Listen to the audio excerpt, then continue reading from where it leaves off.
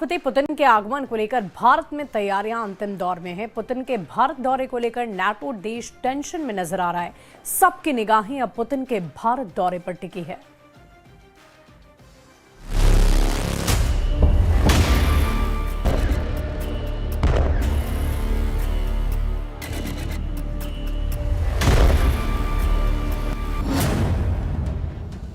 Putin की भारत यात्रा से बढ़ गई ट्रंप की टेंशन।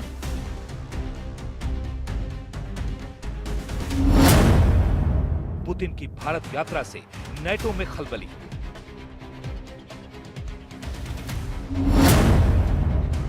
पुतिन की भारत यात्रा से तुर्की बेचैन।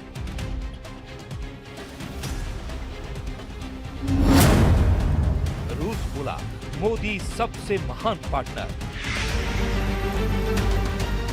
पुतिन भारत ऐसे वक्त में आ रहे हैं जब दुनिया में कई मुल्कों की तकदीर नई करवट ले रही है। खासकर युद्ध में उलझी महाशक्तियां पुतिन की हर चाल का बारीकी से विश्लेषण करने में जुट गई हैं। पुतिन की भारत यात्रा से पहले नेटो के पावरफुल सदस्य एक्शन में आ गए हैं।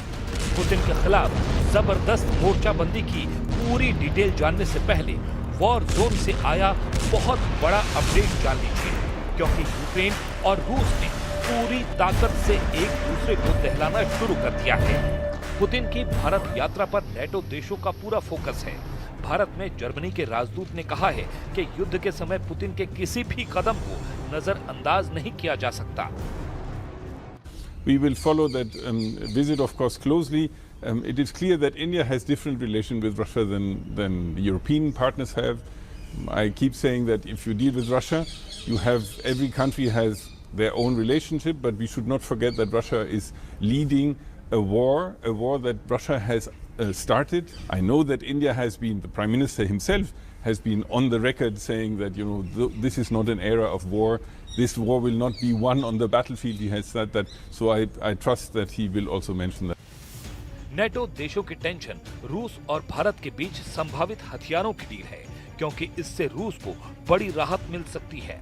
वहीं पुतिन के प्रीमियम क्लास के हथियार ऐसे हैं जिनको अब तक युद्ध में पूरी तरह नहीं उतारा गया है, और इन्हीं में दो सबसे खास हथियार हैं, S-400 एयर डिफेंस सिस्टम और 5वीं पीढ़ी का फाइटर जेट सुखोई 57।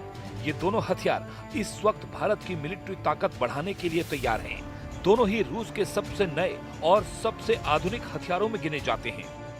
पुतिन के यही हथियार नेटो देशों के लिए ऐसी पहेली बने हुए हैं जिसका जवाब अब तक तलाशा जा रहा है। ये ऐसे दोनों हथियार हैं जिनका असल इस्तेमाल तब देखने को मिलेगा जब रूस और नेटो देशों की सीधी टक्कर होगी। यूक्रेन युद्ध में अभी तक पुतिन की इसी ताकत को देखते हुए नेटो देश पर्दे के पीछे एक्टिव हो चुके हैं। इस वक्त लड़ाकू विमानों में सबसे ज्यादा चर्चा रूस के सुखोई 57 की हो रही है। अल्जीरिया को ये विमान सप्लाई किया जा चुका है और वो रूस के बाद दूसरा देश है जो सुखोई 57 उड़ा रहा है।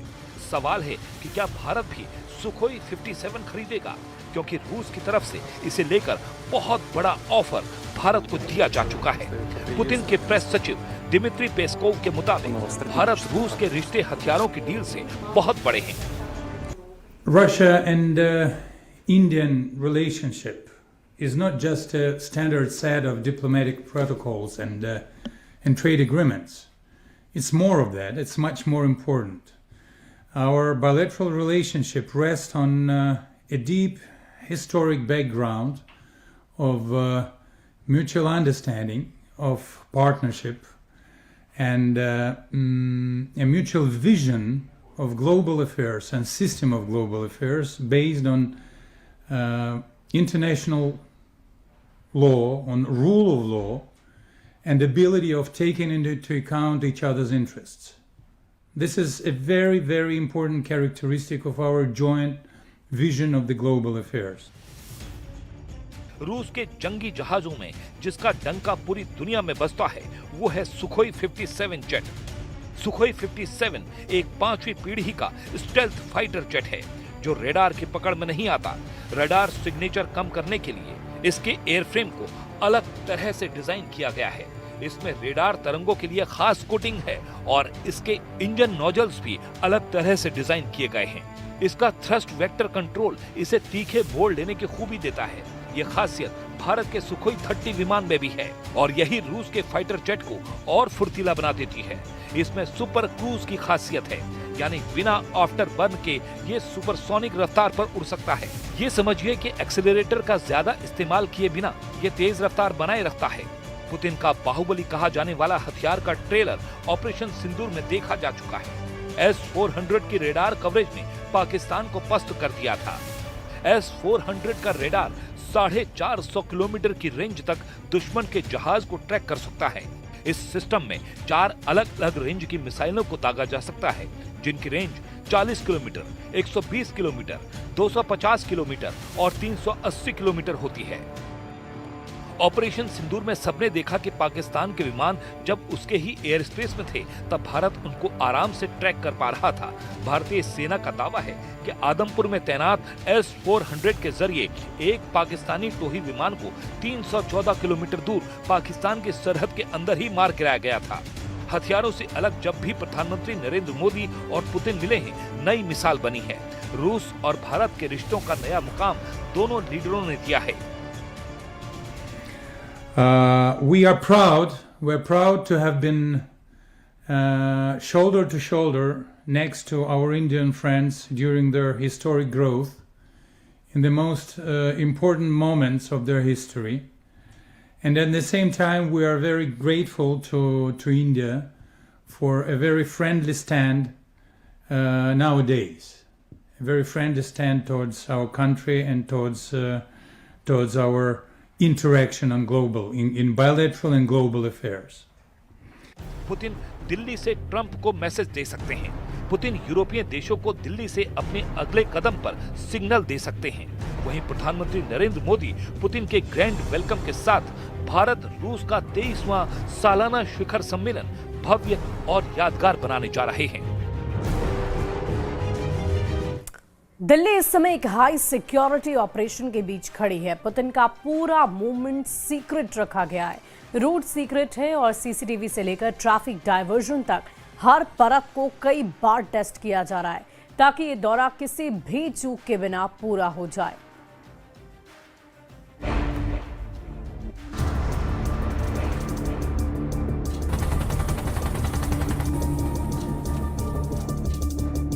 रूस यूक्रेन युद्ध के बाद पुतिन की सुरक्षा व्यवस्था पहले से कहीं ज्यादा कड़ी हो चुकी है।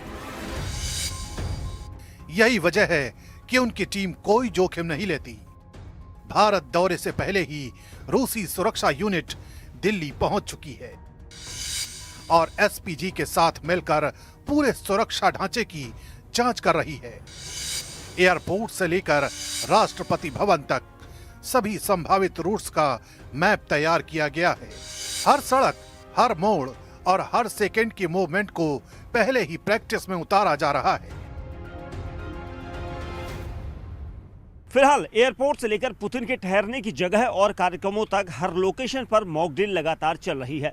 दिल्ली पुलिस के जवान, एसपीजी कमांडो और केंद्रीय सुरक्षा एजेंसियों की टीमें अलग अलग समय पर इन रिहर्सल में हिस्सा ले रही हैं ताकि असल विजिट के दौरान किसी भी स्थिति में तुरंत प्रतिक्रिया दी जा सके। सबसे अहम है सीसीटीवी मॉनिटरिंग, जिसे इस बार और भी ज्यादा मजबूत किया गया है। करीब 1000 सीसीटीवी कैमरे उन इलाकों में लगाए गए हैं जहां से पुतिन का काफिला गुजर सकता है। कई कंट्रोल रूम तैयार किए गए हैं जिनमें दिल्ली पुलिस और इंटेलिजेंस टीम एक साथ बैठकर हर फ्रेम पर नजर रख रही है। जिन रूट्स पर मूवमेंट की संभावना है उन्हें पहले ही नो फ्लाइंग जोन घोषित कर दिया गया है, यानी जमीनी सुरक्षा के साथ हवाई सुरक्षा भी पूरी तरह एक्टिव है। दिल्ली पुलिस ने ट्रैफिक डायवर्जन के कई प्लान तैयार किए हैं जिन्हें हालात के मुताबिक बदला भी जा सकता है। ये पूरा ऑपरेशन इतना सीक्रेट है कि पुलिस के असली रूट को अंतिम समय तक बेहद सीमित अधिकारियों को ही बताया गया है ताकि सुरक्षा में कोई सेध न लग सके।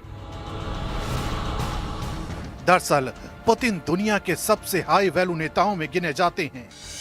पिछले कुछ वर्षों में उन पर खतरे बढ़े हैं। इसी वजह से उनकी सुरक्षा लेयर्स पहले से कहीं ज्यादा आक्रामक और मल्टी लेयर हो चुकी है। भारत में एसपीजी और रूसी सुरक्षा टीम मिलकर जो सिस्टम तैयार कर रही हैं, वो सामान्य वीवीआईपी विजिट से कहीं ऊपर की कैटेगरी में आता है। असली लक्ष्य ये है कि जमीन, हवा और इलेक्ट्रॉनिक सिस्टम तीनों पर किसी भी तरह की चूक की गुंजाइश न बचे। पुतिन की सुरक्षा